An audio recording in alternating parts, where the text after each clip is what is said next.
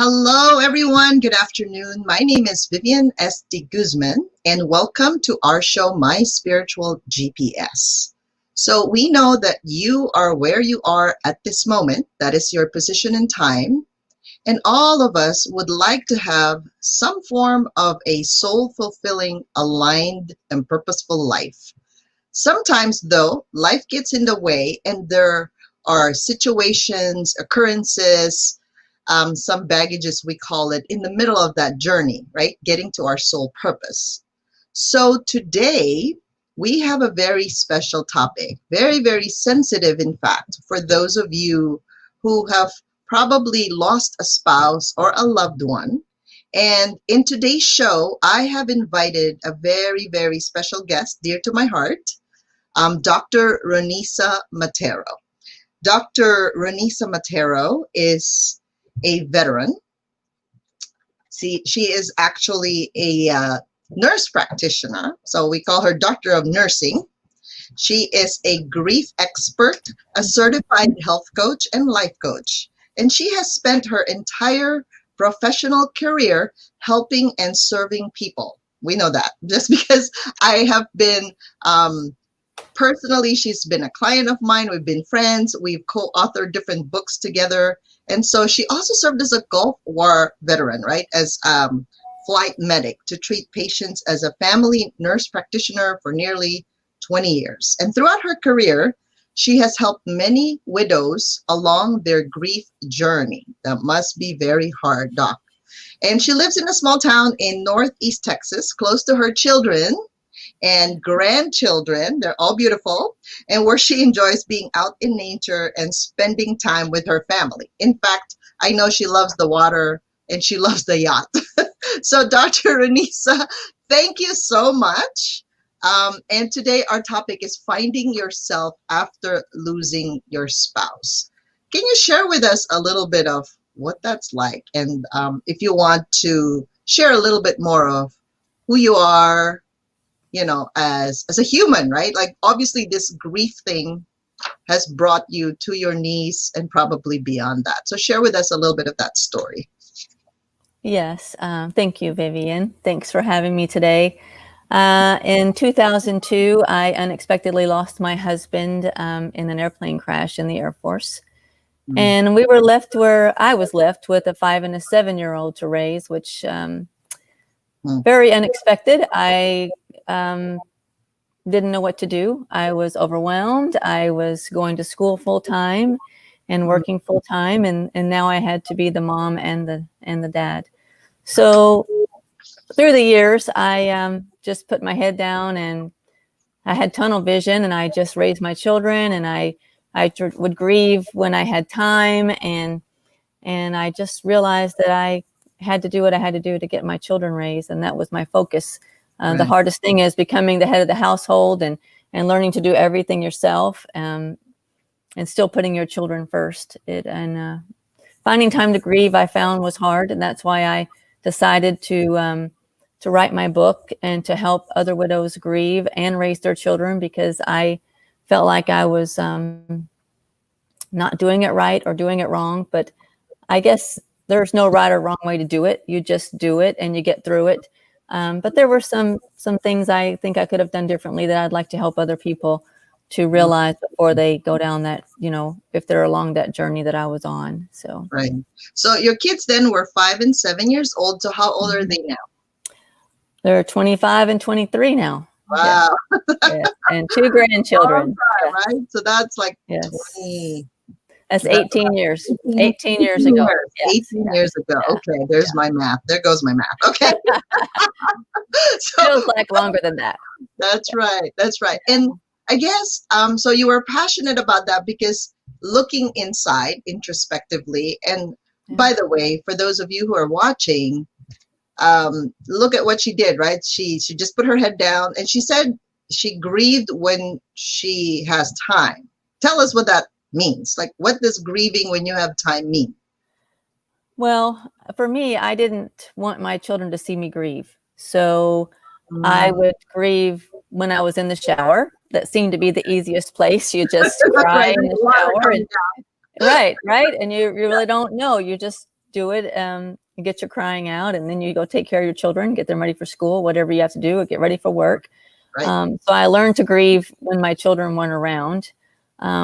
In hindsight, I probably should have let them see me grieve a little bit more so that they would know that I was real. Because when I talk to them now, they're like, Mom, we never knew what you went through. And I said, well, I really didn't want you to know what I went through because I was trying to be strong for you. Right, right. Yeah, and that must be hard. Like you said, even if we know, like energetically, there's the male side of us, the right side, and the female side of us. It's still in our mindset, right? Our expectation, a family consists of like a father, a mother, and children. So you had to do both roles at the same time. That must be quite challenging. Because I know a lot of the single parents would tell me, you sometimes the kids want the female side of us, right? The nurturing, loving, hug me, mom, and kiss me. But then the father side's like, no, you got to be disciplined because we want to make sure that you don't go astray. So how did you balance all of that? That must be, again, challenging. It was difficult at times, I have to say, because I didn't want to discipline them, but I knew I had to because there was no one else that could help them learn right from wrong and to help them grow up and be productive members of society, which in my mind was how I would succeed raising my children, was to help them grow up strong and well-rounded and, just good overall people and that loved other people, caring, compassionate. So yeah, the feminine side probably came out a lot more, but the masculine side was the side where I had to get up and go to work every day and provide and put a roof over their head and feed them. Right. So it was a balancing act. Yeah, must be. So what helped you move past the pain of your grief and move forward? So I know I've heard a lot of 5 stages of grief, but I know in your book you mentioned something else. Do you mind enlightening the audience a bit on what are those stages and how did you respond to that, and how could you help these people move from their own pain and then move forward? Well, you're right. And I read a lot about grief as I was going through it. And you're right. The 5 stages of grief are not the only stages. We go through them, but, and then you think once you get through that stage that it's not going to come back, but it does come back, and you go through those stages again, because if you don't completely grieve or you don't get through that pain, it's going to come back, which for me, I felt a lot of times because I was so busy raising my children that I didn't properly grieve through some of the denial and the shock and the anger. I was angry for a long time. So I realized that I had to put myself into my work. And also one thing that really helped me was making a scrapbook for my children of their father. So that it was hard. And at the same time, I was able to grieve and get some of that pain out and onto paper to help them remember their father. So that was one of the big things that I did for my children, and they love the scrapbook. And so that really helped me just to let it out. Very good. Yeah, that's true. Because if it's in our heads, most likely it's going to be in our bodies. So we know that. I teach my clients, your soul is the boss. So the soul will always grow and expand because it doesn't want you to get stuck in one area of your life or one stage in your life. Even if you're grieving, you're happy, it doesn't really matter what you're feeling. The soul always wants to grow, right, and expand. But the soul dictates what your heart feels. And then your heart tells your mind what to think. And then the mind tells the body what to do. So during the time that you were having the denial and the shock and the anger, what are you feeling in your body? So then the audience can relate. Like, do you really feel something when you're angry, or do you do something else? Well, I felt a lot of heartache. I did feel a lot of pain in my heart and my chest. That especially when I was working through my anger, or I was upset or crying or looking through old photos, I would feel a lot of, and maybe it was anxiety too, just Right. because I was anxious about what was coming, because the unknown about raising the kids and Mm-hmm. what to do and how to do what they needed, because I wanted to do what Chris would have wanted me to do. So that was always that feeling of my heart would just feel like it was aching, just because I didn't want to make the wrong decision. I wanted to make the right decision for my children. So did you actually go to the doctor knowing you're in the healthcare field, right?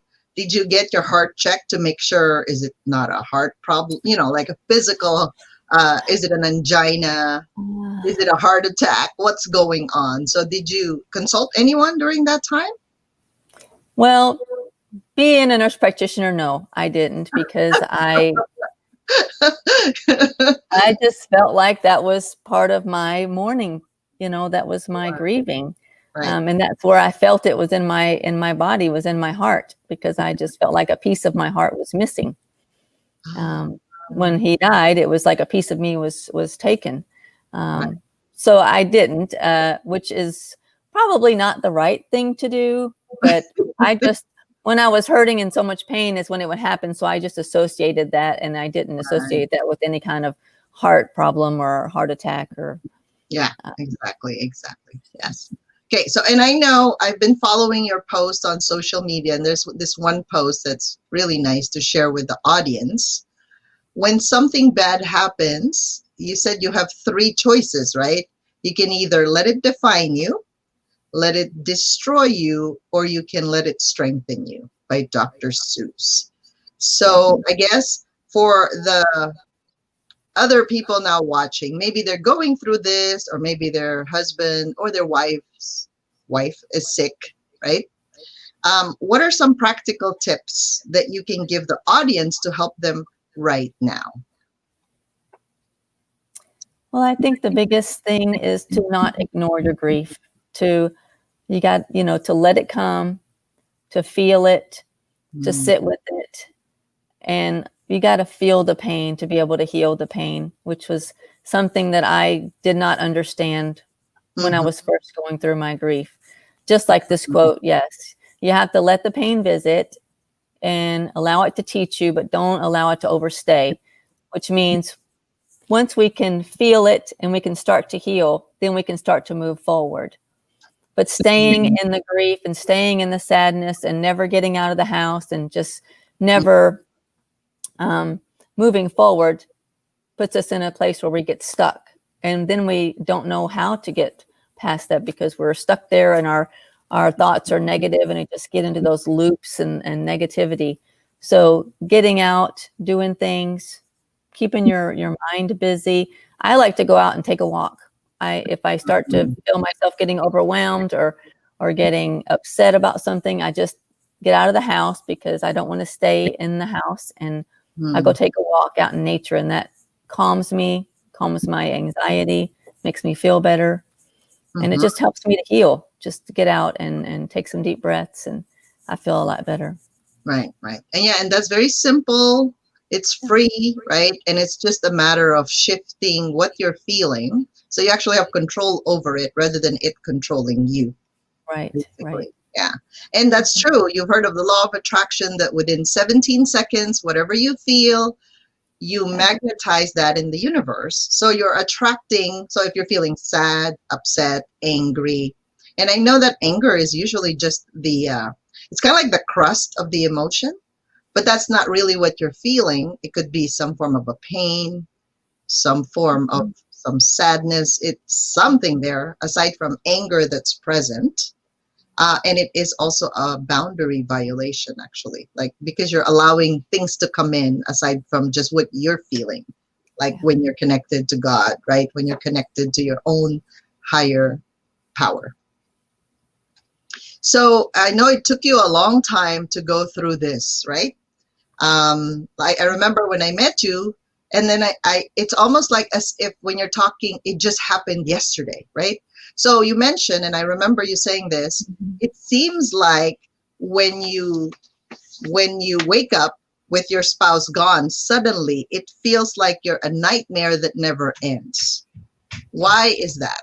Why does it keep on recurring? I guess that's the question. Well, I think for most of us who have been married for any length of time, you just keep expecting them to come back. So you keep reliving that that they're not there. It's just a constant reminder that they're not coming home. So you get into that, like I said, those thought loops, and it just, you wake up every morning and they're still not there and they're not coming home. And Mm-hmm. it's just the pain and the reminder. And if you have children, then you're really reminded every day, because you look at your children and you see your husband. My children look just like their father. Oh, wow. So there was always a reminder, even though I have beautiful, amazing children, Mm-hmm. their dad wasn't there to see them grow up. And that's where you get into that. Every time you think you're moving forward, and it's like, Mm-hmm. okay, something happens, like, okay, like your daughter goes to prom or your daughter gets married, and her So, dad's not there. So yeah. right. Yeah. Wow. Wow. Okay. So, and I know you somehow wrote a book. And what's the title of the book? The title of the book is called It Takes Courage: The Young Widow's Guide to Grieving and Raising Children Alone. Okay. Can you show us where they can find that book? Yes, if you go to my website, www.thecourageprocess.com, and you can download a free copy, or I can, if you send me your address, I can send you a printed copy. So Awesome. And is that an acronym, Doc? The courage, like, what does that mean? Courage.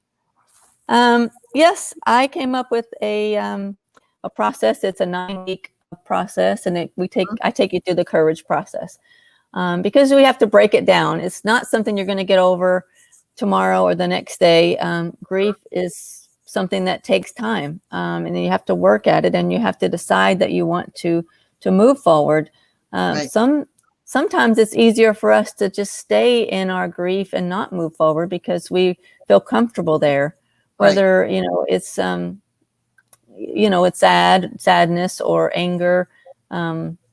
Sometimes we don't want to move forward, but if we make the decision to move forward, I came up with the courage process, and it takes you through 7 steps, but there's 9 weeks, because there's an introductory, and then there is a wrap-up week at the end where we talk about it, and we move forward. We decide we're going to move forward at the end of this process.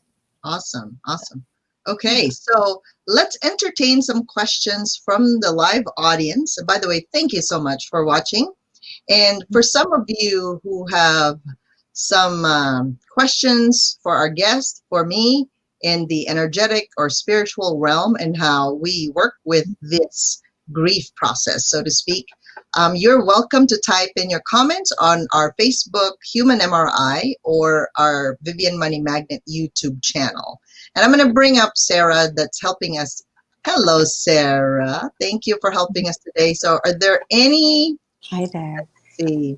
Are there any questions or comments that people are asking us about our TV show today?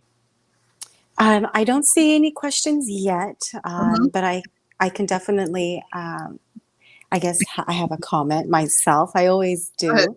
But I noticed that grieving is a human experience, and I feel like it can pretty much, like, if you state that there's 5 stages to grieving, that means most humans are going to grieve in a process. What fascinates me is how different cultures grieve differently. And I think about my culture and how when women are widowed, it's very rare that they ever remarry. And it's a very cultural thing, and they rarely move on. They always, so yeah, that was my comment, is just how unique it is to see different types of cultures and how they grieve the loss of a spouse. I've always been probably a little inappropriate saying you should remarry, you should move on with your life, and that's just me, but I do see how there's cultural barriers there. So that was one comment I had. And then Venus wants to know, she says, do you still feel super attached to your former husband and fear that maybe he wouldn't want you to find love again? I have heard some women feeling this way. So there's two kind of points, unique points. Um, and Lauren says, you're such a lovely guest. How is the grieving process the same, different to letting go of a spouse through separation or divorce? Those are two questions. So Yeah. let's answer Venus's question first. Sure. Yeah, I think Renisa, that's yours. Yeah. Right. Yes, I still feel very attached to my husband. I think it's because spiritually, I feel we were soulmates, and I feel like he has been around to help me raise my children. And I would always call on him. I would pray and I would talk to him just like he was with me. So I still feel very attached. I don't know that I will ever remarry because I still feel so attached to him. But I feel that I will find love again, and I'm not opposed to getting married again. And like you said, in different cultures, I think in the way I was raised, it was you don't ever get remarried again. That was my grandmother lost her husband, and she didn't get remarried again. So and you're supposed to mourn for the rest of your life, which I can see part of that, but I don't want to mourn for the rest of my life the way I have been, for years. I want to find happiness again, and I know there is happiness out there. So through my courage process, I have learned to find love, to find happiness, even if it's through my kids, my grandchildren. That's happiness. I adore them. So yeah, I still feel very attached to him. I feel like he's around me and my children all the time. Wow, beautiful, cool. So yeah, back to Lauren's question about.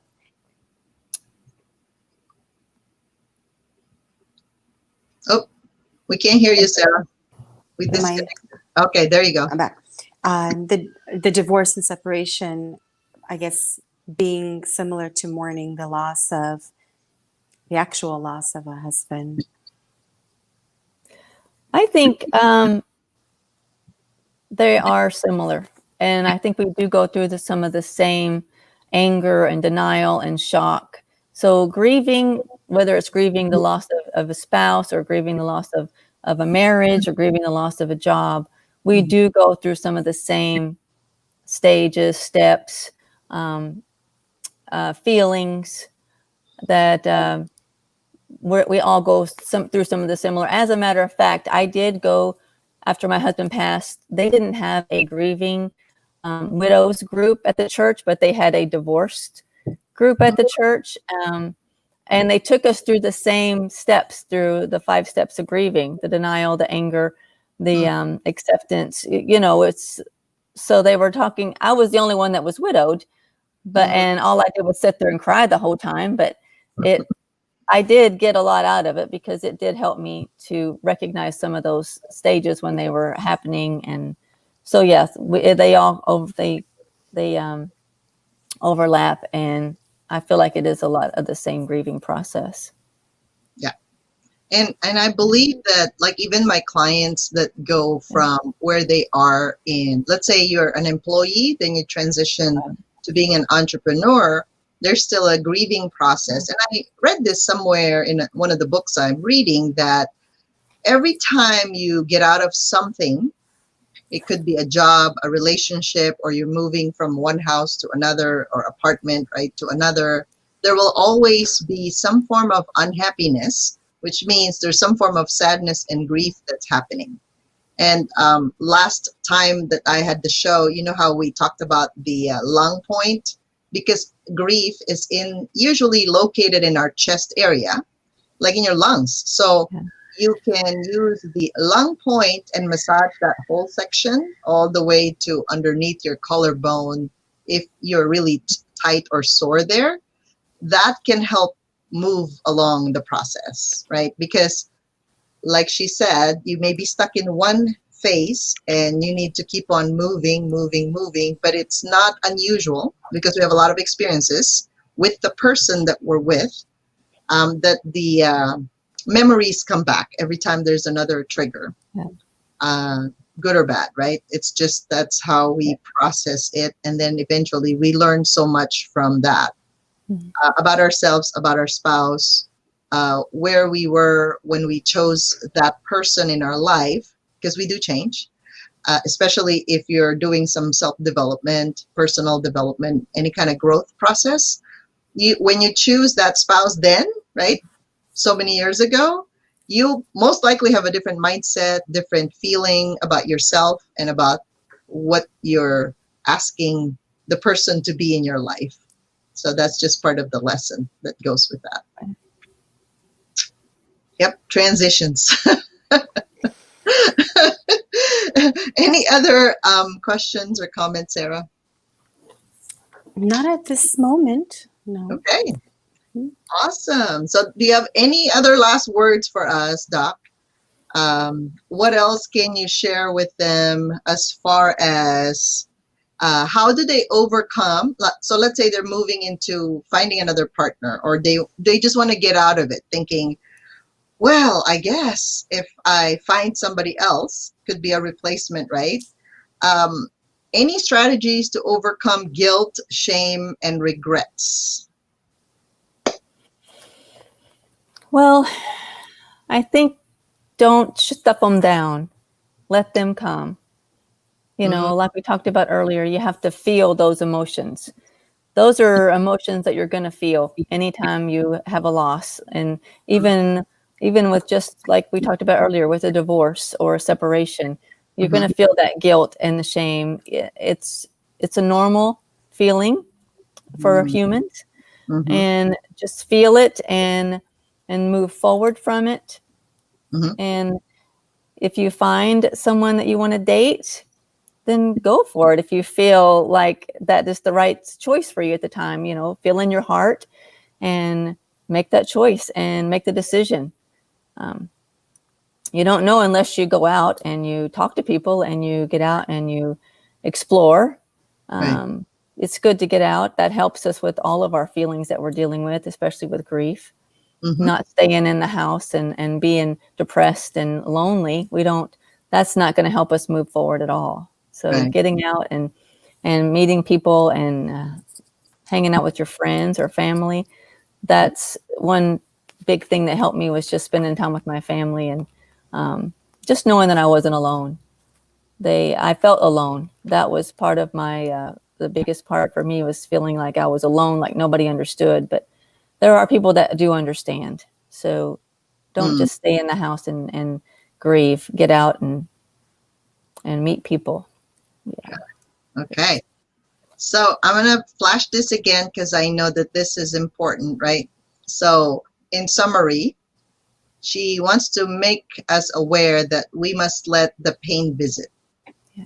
And I know one time I asked a potential client, a client of mine, I said, so what happens if your husband passes away, like tomorrow?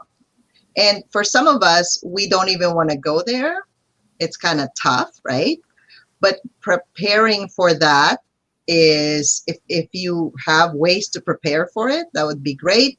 But if you really don't, you do have to feel this emotion, whatever this is, because there's a lot of waves, like Dr. Renisa was saying. You must allow it to teach you, whatever that is, guilt, shame, regrets, right? And you must not allow it to overstay. So the choice is still yours, right? You just have to move the feeling as if it's like water over a duck's back. That's how I see emotions. It just rolls right out. Okay. All right, Doc. I'm going to make sure they know how to connect with you. So can you share with them your email if perhaps they just want to talk and just somebody to hear them out, so to speak, right? Just because it's such a difficult process. Yes. So my email is dr.dr-ranisa, RONEISA, at thecourageprocess.com. Or you can Awesome. go to the website, www.thecourageprocess.com. If you click on Contact Me, it will take you directly to my email. And you can send me a message or ask me for the book. I'll be happy to send you a printed copy of my book if you would like that as well. Awesome. Perfect. All right. Well, thank you so much, Dr. Ranisa, Sarah, for managing all Thank the you. comments. Thank you. And next week, stay tuned. We're going to do a flip of this. We're going to do the Laughing Buddha. Oh, That's what we're doing next Tuesday. So tune in next Tuesday again at 12 p.m. on My Spiritual GPS. And we're going to be laughing it all out. All right. Thank you so much. And everyone have a great day. Thank you so much. Bye-bye.